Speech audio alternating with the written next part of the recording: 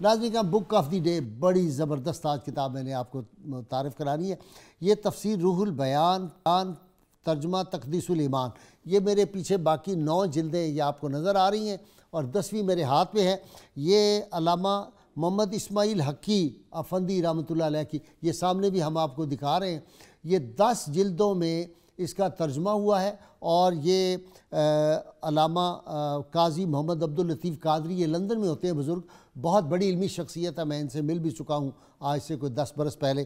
انہوں نے ترجمہ کیا ہے اور اس کو نظر ثانی پھر استاد العلماء علامہ محمد منشا تابش قصوری نے، یہ عبداللہ اکیڈمی اردو بازار نے چھاپا ہے اور مشتاق بک کارنر سے بھی یہ مل سکتی ہے۔